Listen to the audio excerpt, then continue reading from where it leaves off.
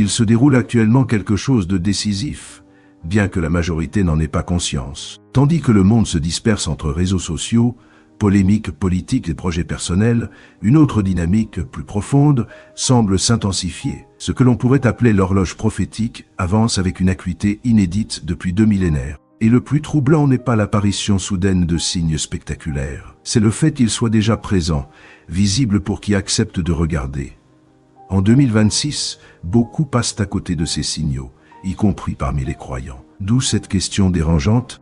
Et si nous n'étions pas en train d'attendre l'accomplissement des prophéties, mais déjà immergés en elles, depuis des siècles, le livre de l'Apocalypse suscite analyse, système chronologique et hypothèses savantes. Des théologiens ont proposé des lectures historicistes, futuristes, idéalistes ou prétéristes, chacune tentant d'articuler les symboles avec l'histoire. Pourtant, une erreur récurrente consiste à reléguer la prophétie à un horizon lointain, comme si elle concernait uniquement une génération future. Or, il est possible que nous nous trouvions à une convergence sans précédent. L'imbrication d'événements mondiaux, de percées technologiques majeures, de tensions géopolitiques croissantes et de confusions spirituelles crée un contexte qui évoque puissamment certains passages bibliques. Des chercheurs en théologie apocalyptique soulignent que les textes prophétiques utilisent souvent un langage symbolique pour décrire des réalités systémiques, concentration du pouvoir, contrôle économique, crise globale, bouleversement culturel. Sans céder au sensationnalisme, il convient d'examiner les correspondances avec rigueur et discernement. Dans l'Évangile selon Matthieu 24:42, Jésus appelle à la vigilance. Veillez donc. L'injonction n'encourage ni la panique ni l'indifférence, mais une lucidité active. Veiller, dans le contexte biblique, signifie observer les saisons spirituelles, discerner les temps, développer une conscience éclairée. Comme le rappellent plusieurs exégètes contemporains, cette vigilance implique une éthique, fidélité, persévérance, sobriété spirituelle. Je propose d'explorer 5 grandes phases dans la dynamique prophétique décrite par l'Apocalypse, non comme un calendrier figé, mais comme une progression cohérente, montée des tensions, révélation progressive des puissances en jeu, intensification de la confrontation spirituelle, jugement, puis établissement du règne divin. Beaucoup exposent ces étapes de manière linéaire. Pourtant, si nous voulons comprendre notre position actuelle, il faut accepter l'idée que certaines phases pourraient déjà être engagées. Nous ne sommes peut-être plus au prélude. La scène semble dressée. Structure politique globalisée, surveillance numérique, transformation anthropologique, liée à l'intelligence artificielle, redéfinition des repères moraux. Des auteurs spécialisés en eschatologie soulignent que les prophéties bibliques décrivent moins des dates que des dynamiques. Convergence, accélération, polarisation. Dans les développements à venir, il s'agira d'examiner ces 5 phases avec précision scripturaire et prudence herméneutique. Nous considérerons des textes anciens rédigés il y a des millénaires et leur possible écho dans l'actualité contemporaine. Nous aborderons aussi la dimension invisible évoquée par le Nouveau Testament. La lutte spirituelle que l'apôtre Paul décrit comme un combat non seulement terrestre mais principiel, il ne s'agit pas d'un simple débat théologique ou d'un exercice intellectuel. La tradition chrétienne rappelle que l'eschatologie vise une transformation intérieure. Se préparer, purifier son cœur, cultiver la foi et la persévérance. Si les événements s'accélèrent, ce n'est pas pour nourrir la peur, mais pour susciter une prise de conscience. Comprendre les temps, c'est aussi comprendre sa responsabilité. À mesure que l'analyse progressera, certains en viendront peut-être à percevoir différemment l'actualité, non plus comme une suite chaotique de crises isolées, mais comme les éléments d'un tableau plus vaste. Reconnaître cette dimension peut conduire à un repositionnement personnel. Vigilance, prière, engagement éthique, espérance active. Revenons à un moment fondateur. Jésus, assis sur le mont des Oliviers, face à Jérusalem, répondant à la question de ses disciples. Quel sera le signe de ton avènement et de la fin de l'âge? Matthieu 24, 3, 6, 8. Son discours ne visait pas seulement ses auditeurs immédiats, mais toutes les générations appelées à discerner les temps. Les guerres, les rumeurs de guerre, les bouleversements et les douleurs décrits, comme le commencement des douleurs, résonnent aujourd'hui avec une intensité particulière. Si ce message éveille en vous une interrogation profonde, ne le réduisez pas à une simple curiosité religieuse. Approfondissez, examinez les Écritures, confrontez les analyses, développez votre discernement. Car, selon la perspective biblique, L'histoire n'est pas une dérive sans but, elle tend vers un accomplissement. Et la question décisive n'est pas seulement quand, mais comment allons-nous vivre à la lumière de cela? Jésus leur répondit par des paroles saisissantes. Vous entendrez parler de guerre et de bruit de guerre, mais ne vous laissez pas gagner par la panique. Ces réalités doivent survenir, toutefois, elles ne marquent pas encore l'aboutissement. Une nation se dressera contre une autre, un royaume contre un autre. Des famines et des séismes frapperont divers lieux. Et il ajouta cette image puissante. Tout cela ne sera que le commencement des douleurs, semblable aux premières contractions d'un enfantement. Cette comparaison mérite qu'on s'y arrête. Le Christ ne parle ni d'une déflagration soudaine, ni d'un effondrement instantané, mais d'un processus. Les douleurs d'un accouchement débutent de manière espacée, supportable, presque ambiguë. Puis, à mesure que l'heure approche, elles gagnent en intensité, en fréquence et en force, jusqu'à devenir irrésistibles et ouvrir la voie à une naissance. Plusieurs théologiens, comme John Walvoord ou Craig Keener dans leurs commentaires sur Matthieu 24, soulignent que cette métaphore indique une progression et une accélération, non un événement isolé. Ce que nous observons en 2026 ressemble précisément à cette dynamique cumulative. Les conflits armés et les menaces globales occupent quotidiennement l'actualité. Les tensions entre grandes puissances, les alliances stratégiques, la modernisation nucléaire, la cyberguerre et l'instabilité chronique de certaines régions, notamment au Moyen-Orient, donnent l'impression d'un échiquier mondial en recomposition permanente. Certains exégètes relient ces configurations à des textes comme Ézéchiel 38, tout en rappelant la nécessité d'éviter les identifications simplistes. La prophétie biblique fonctionne souvent par motifs récurrents plutôt que par correspondances journalistiques immédiates. Cependant, Jésus ne parlait pas uniquement de rivalité entre États. Le terme grec ethnos renvoie aussi aux groupes ethniques, aux peuples, aux communautés. Aujourd'hui, les fractures identitaires, idéologiques et culturelles s'approfondissent. Les sociétés se polarisent, les débats deviennent intransigeants et la cohésion civique s'effrite. Des sociologues contemporains évoquent même une tribalisation des opinions, phénomène qui entre en résonance avec l'idée d'ethnos contre ethnos. À cela s'ajoutent les famines et l'insécurité alimentaire. Les rapports des organisations internationales confirment que des centaines de millions de personnes vivent dans une précarité nutritionnelle sévère. Chocs climatiques, conflits armés et perturbations logistiques convergent, aggravant les pénuries. Les crises ne surviennent pas séparément. Elles s'imbriquent et se renforcent mutuellement, accentuant l'effet de contraction rapprochée. Concernant les séismes, les bases de données sismologiques mondiales permettent d'observer l'évolution des tremblements de terre significatifs. Si les scientifiques expliquent en grande partie ces phénomènes par la tectonique des plaques, la perception d'une intensification nourrit un sentiment d'instabilité globale. L'apôtre Paul, dans Romains 8, 22, évoque la création qui soupire comme dans les douleurs de l'enfantement, une image théologique décrivant la tension entre le monde actuel et sa restauration future. Il est crucial de noter que Jésus qualifie ces événements de commencement, non d'achèvement. Si les crises actuelles ne sont que les premières contractions, la phase suivante pourrait être plus intense encore. Mais au-delà des bouleversements extérieurs, un autre signe plus subtil et peut-être plus dangereux mérite attention, la tromperie spirituelle. Dans Matthieu 24, 11, Jésus avertit que de faux prophètes surgiront et séduiront beaucoup de personnes. L'histoire de l'Église montre que les périodes de crise favorisent l'émergence de discours religieux séduisants mais déviants. Certains promettent prospérité sans repentance, bénédiction sans transformation morale.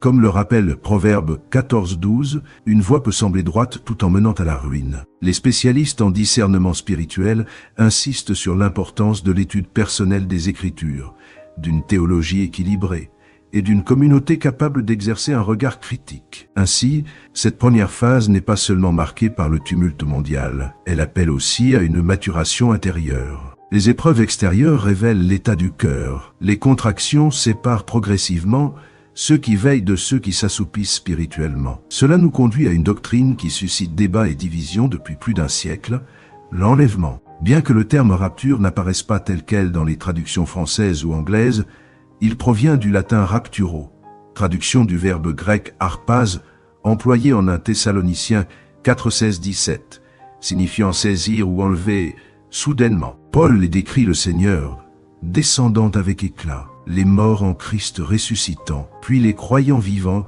étant enlevés pour rencontrer le Seigneur dans les airs. Dans 1 Corinthiens 15:51-52, il parle d'une transformation instantanée. En un clin d'œil, à la dernière trompette, les corps mortels revêtant l'immortalité. Cette perspective nourrit l'espérance chrétienne d'une glorification future. Toutefois, la question du moment avant, au milieu ou après la tribulation demeure l'un des débats majeurs de l'eschatologie moderne. Les positions pré-tribulationnistes, mid-tribulationnistes et post-tribulationnistes s'appuient chacune sur des arguments scripturaires détaillés. L'enjeu n'est pas seulement chronologique. Il touche à la compréhension du caractère de Dieu, de la nature de l'Église et de la finalité des jugements décrits dans l'Apocalypse. Plutôt que d'alimenter des querelles confessionnelles, l'étude attentive des textes, notamment à Thessaloniciens 5:9, qui évoque le salut face à la colère, invite à une réflexion profonde sur la fidélité, la vigilance et l'espérance. En définitive,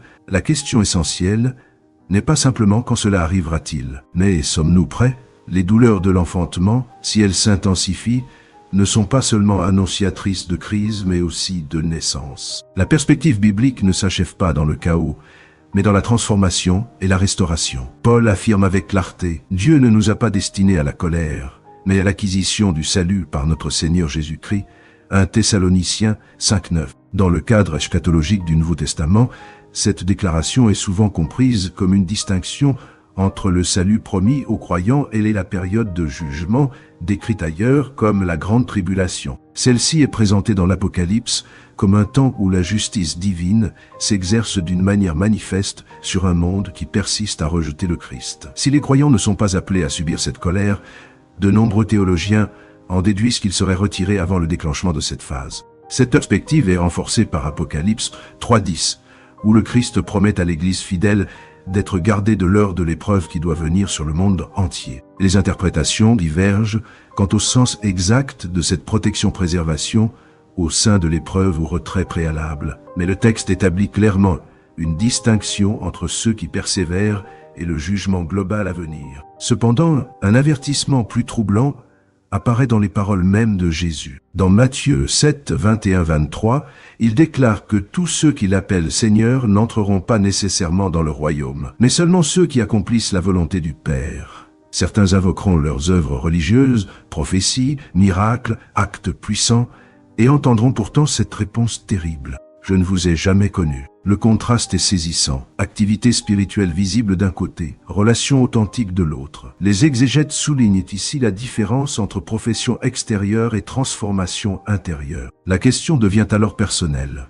La foi est-elle une simple appartenance culturelle ou une relation vivante? L'eschatologie biblique ne vise pas à alimenter la peur, mais à susciter l'examen de soi. Si l'enlèvement décrit en 1 Thessaloniciens 4:16-17, comme l'événement où les croyants sont enlevés pour rencontrer le Seigneur, se produit soudainement, il ne laisserait aucun délai pour une décision tardive. L'image de la trompette et de la transformation, en un clin d'œil, 1 Corinthiens 15:52, souligne la soudaineté de l'événement. Ce qui suivrait, selon la lecture futuriste de l'Apocalypse défendue notamment par John Walvoord ou Charles Ryrie, correspondrait à la période la plus sombre de l'histoire humaine. Jésus lui-même parle, dans Matthieu 24:21, d'une détresse sans précédent. L'Ancien Testament l'évoque sous différentes expressions. Temps d'angoisse pour Jacob, Jérémie 37, ou 70e semaine annoncée à Daniel. Daniel 9, 24-27 constitue en effet un texte clé. Le terme hébreu Shavua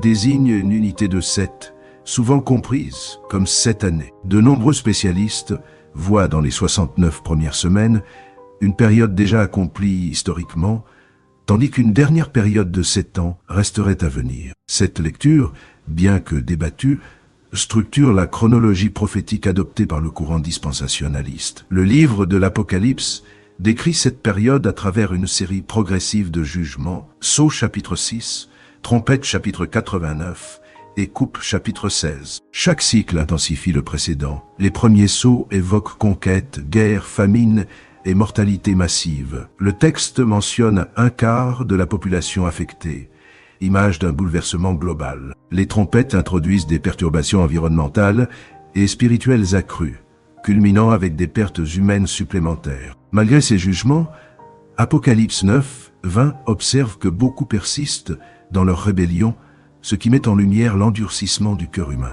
Les coupes finales décrivent des fléaux culminants, afflictions physiques, altération des os, chaleur accablante, ténèbres et rassemblement des nations pour l'affrontement final. Cette progression illustre une intensification dramatique plutôt qu'un chaos désordonné. Les chercheurs notent également la structure littéraire soignée de l'Apocalypse, suggérant que ces visions ont une dimension symbolique autant que littérale. Au cœur de cette période apparaît la figure de l'Antéchrist, souvent associée à l'homme d'iniquité de 2 Thessaloniciens 2. Il promet paix et stabilité, conclut une alliance, puis la rompt à mi-parcours, événement que Jésus relie à l'abomination de la désolation mentionnée en Matthieu 24:15 et enracinée dans Daniel. Cette rupture marque un tournant décisif. La marque de la bête, décrite en Apocalypse 13, devient alors un symbole d'allégeance totale au système rebelle. Toutefois, même dans ce tableau sombre, la miséricorde divine n'est pas absente. L'Apocalypse mentionne des témoins fidèles, des martyrs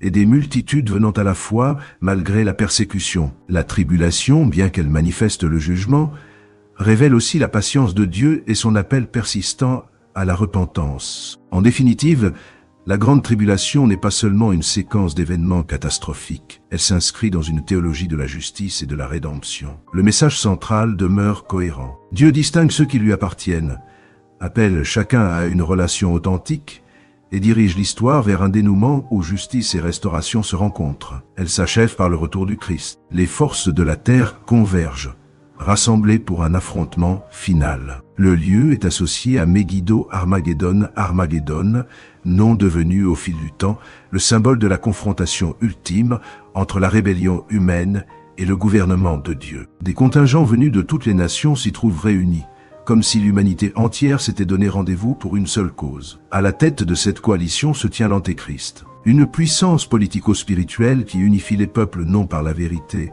mais par l'hostilité envers Dieu et l'obsession d'abattre le roi des rois qui revient. C'est le défi le plus téméraire jamais imaginé, la créature prétendant vaincre le Créateur. Portée par l'homme du péché et galvanisée par Satan, cette armée croit pouvoir engager la guerre contre celui qui a façonné l'univers et l'emporter. Elle ignore encore que l'issue ne dépend ni du nombre, ni des arsenaux, ni d'une stratégie, mais d'une autorité absolue. C'est précisément ce contraste que l'Apocalypse met en scène au chapitre 19, dans un tableau destiné à faire battre le cœur du croyant et à avertir l'incroyant. Jean écrit qu'il voit le ciel ouvert, non pas une simple ouverture symbolique, mais l'irruption de la souveraineté divine dans l'histoire. Apparaît alors un cheval blanc, et son cavalier est nommé fidèle et véritable. Il juge et combat avec justice. Ce n'est pas ici le Jésus humilié, entré autrefois à Jérusalem sur un ânon. Ce n'est pas le serviteur souffrant livré à la violence. C'est le Christ glorifié, revenant comme vainqueur, juge équitable et seigneur des seigneurs. Ses yeux sont décrits comme une flamme, image d'un regard qui traverse les masques, dévoile les intentions et ne peut être trompé. Sur sa tête, de nombreuses couronnes signalent une souveraineté totale, supérieure à toute couronne terrestre. Sa robe est tachée de sang, signe d'un jugement accompli, et son nom est la parole de Dieu.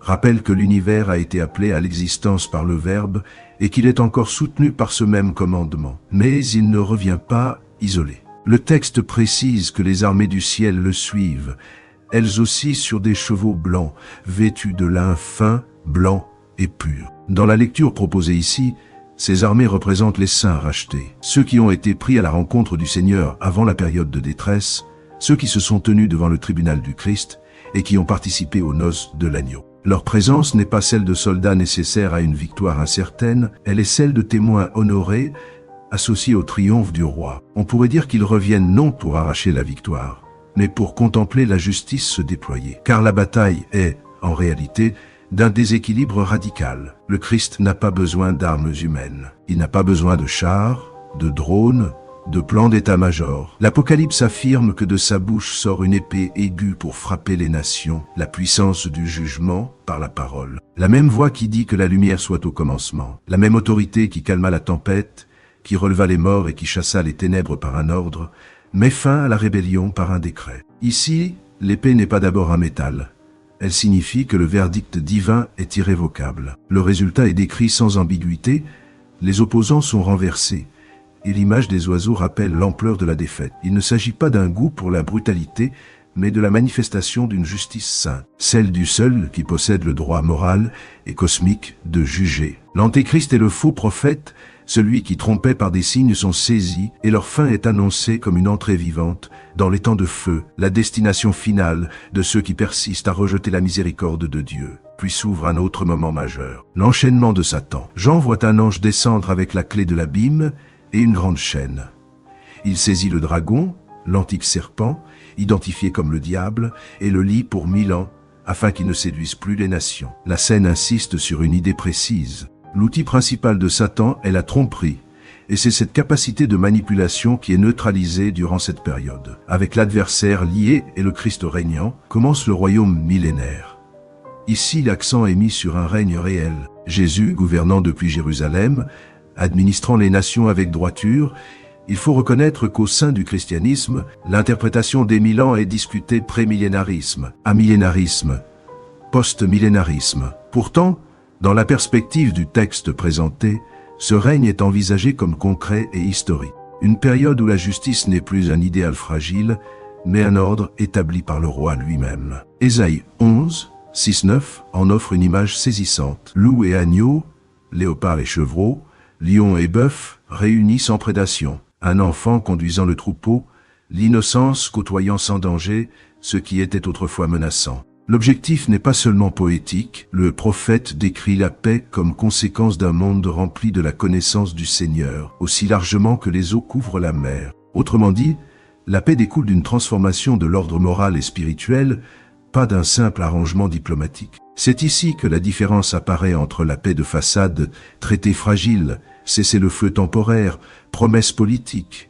vite trahie, et la paix authentique. Une stabilité durable parce que le prince de la paix règne effectivement. Dans ce cadre, la guerre cesse, la famine recule, la violence et la peur perdent leur droit de cité. Et si ce tableau paraît immense, il rappelle surtout ceci. L'histoire, selon la vision biblique, n'est pas un cercle de chaos. Elle avance vers un point où la justice et la restauration ne seront plus des mots, mais une réalité vécue. Il est utile de préciser que Armageddon n'est mentionné qu'une fois explicitement Apocalypse 16-16, et que le terme est généralement compris comme une translittération de l'hébreu, signifiant montagne de Megiddo. Des commentateurs notent toutefois une difficulté géographique. Megiddo est surtout lié à une plaine et à une ville fortifiée, ce qui pousse certains à y voir un symbole théologique plus qu'une simple coordonnée. Dans tous les cas, l'idée centrale demeure, un lieu de rassemblement des puissances terrestres pour un dernier acte de résistance contre Dieu. De même, la description de l'épée sortant de la bouche du cavalier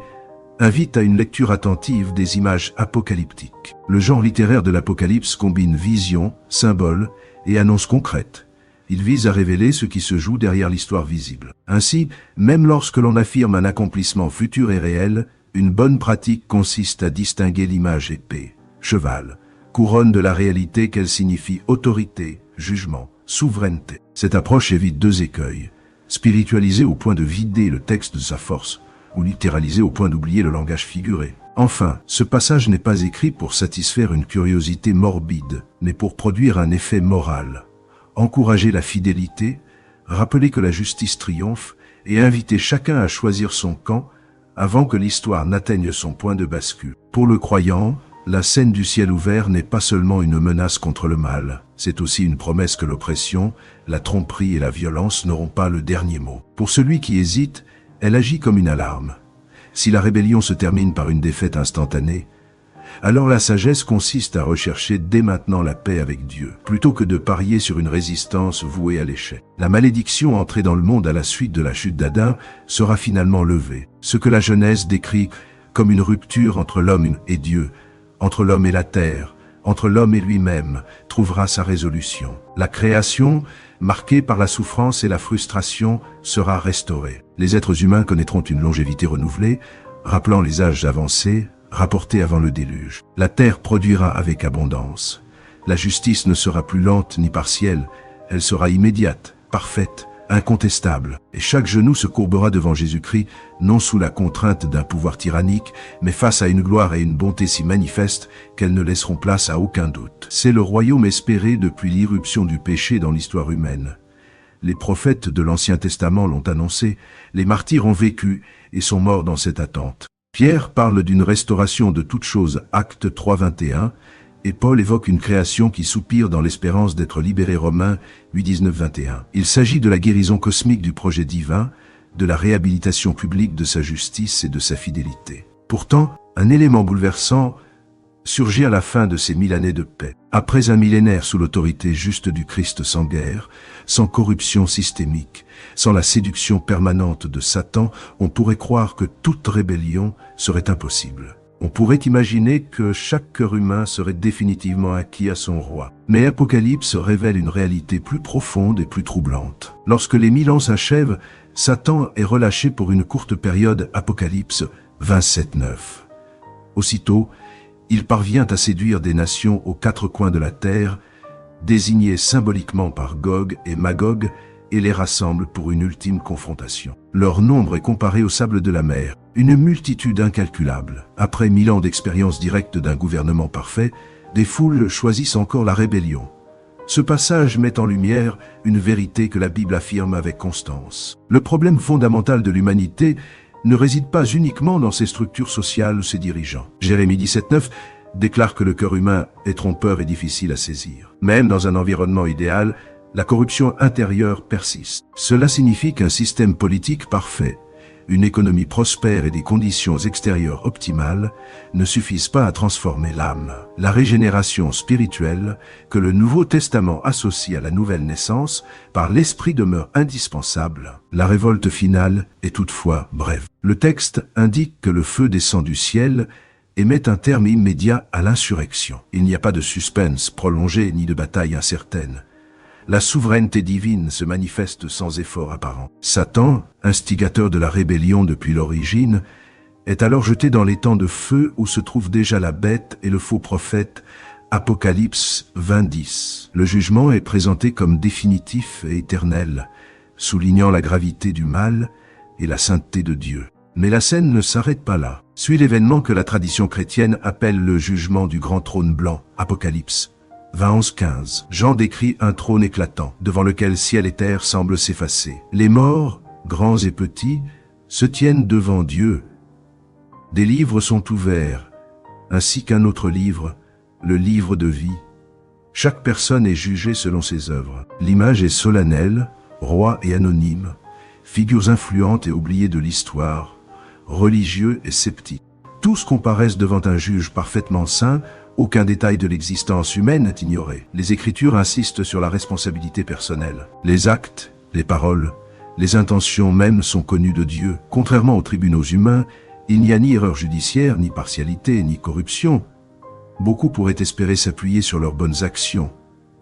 Mais l'enseignement biblique affirme que tous ont péché et sont privés de la gloire de Dieu. Romains 3, 23. La norme divine n'est pas une moyenne morale, mais une sainteté absolue. Ésaïe 64, 6 souligne que même les œuvres les plus respectables ne peuvent effacer la réalité du péché. Le problème n'est pas que les bonnes actions soient inutiles en elles-mêmes, mais qu'elles ne peuvent annuler une dette spirituelle déjà contractée. Romains 6, 23 résume la gravité de cette condition. Le salaire du péché est la mort non seulement physique, mais aussi spirituelle, une séparation éternelle d'avec Dieu. L'Apocalypse appelle cette réalité la seconde mort. Ainsi, ceux dont le nom n'est pas inscrit dans le livre de vie sont confrontés à cette conséquence. Et pourtant, le message biblique ne se limite pas au jugement. Il inclut une invitation constante. Chaque personne se tenant devant ce trône a, de son vivant, reçu l'opportunité d'accueillir la grâce offerte en Jésus-Christ. Le Nouveau Testament présente le salut comme un don, non comme un salaire. La justice parfaite qui condamne le péché est la même justice qui, à la croix, a permis qu'il soit porté par un autre. Ce tableau final ne vise pas à nourrir la terreur gratuite, mais à souligner la cohérence du plan divin. Restauration, règne, révélation des cures, jugement équitable. Il rappelle que l'histoire humaine avance vers un dénouement moral et que la question décisive n'est pas seulement celle du futur, mais celle du choix présent. Jésus déclare en Jean 3, 16, 18 que l'amour de Dieu pour le monde s'est manifesté de manière suprême dans le don de son Fils unique, afin que quiconque place sa confiance en lui ne périsse pas, mais reçoive la vie éternelle. Le texte précise également que le Fils n'est pas venu pour condamner le monde, mais pour le sauver. Toutefois, celui qui refuse de croire demeure sous la condamnation, non parce qu'aucune issue ne lui aurait été offerte, mais parce qu'il rejette la seule voie de salut, mise à sa disposition. À quelle étape de cette progression prophétique nous trouvons-nous? Plus encore, quelle est notre réponse personnelle à l'offre de grâce qui demeure ouverte tant que l'histoire continue?